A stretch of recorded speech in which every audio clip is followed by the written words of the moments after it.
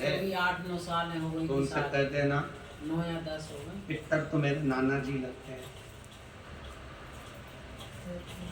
जब माँ पार्वती के नाना हैं और पार्वती हमारी माँ है तो हमारे भी तो पितर नाना हुए। अब नाना अपने घर की नातिन को प्रेम रखते हैं, आशीर्वाद देते हैं कि दोष देते हैं।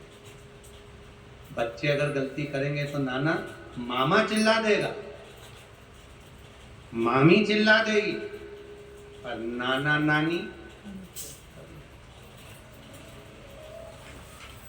नानी की याद वही ऐसी बनाई। एक चरित्र याद आता है। एक व्यक्ति खड़ा था और उसके गांव के पंडित जी थे, वो रोज प्रवचन देने जाते थे। तो वो गांव का जो व्यक्ति था ना, वो पंडित जी से कहता था, महाराज कभी कभी हमको भी प्रवचन दे दिया करो, सारे गांव को सुनाते फिरते हो, कभी हमको भी सत्संग दे दिया करो। पंडित जी को बड़ा गुस्सा आया। पंडित जी ने कहा, कथा में तो कभी आता नहीं, यहाँ खड़े होकर रोज टोकता। पंडित जी ने कहा, तुम्हारी गोदी में ये तुम्हारा जो पोता है ना, यही तो तुमको ज्ञान दे रहा है। रोज तो कहता है बा बा बा बा बा बा, मतलब अब तुम्हारी उम्र हो गई, बाबा बन जा। अब मुझे प्रवचन देने की क्या जरूरत है। इतने में उस व्यक्ति को बड़ा बुरा लगा।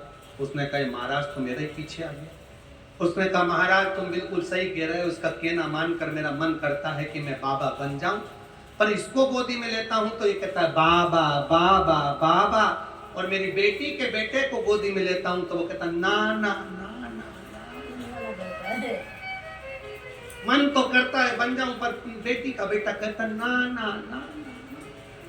वो ना करता जी, बाकी था। इसलिए मैं विस्मय में पड़ा।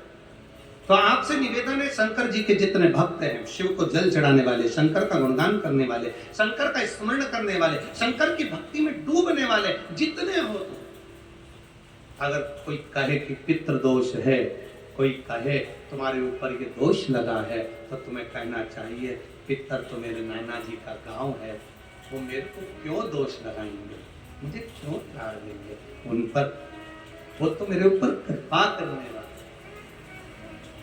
दया करना। कई लोग कहते हैं श्राद्ध पक्ष में गाड़ी नहीं लेना चाहिए, कोई कहता है श्राद्ध पक्ष में सोना नहीं लेना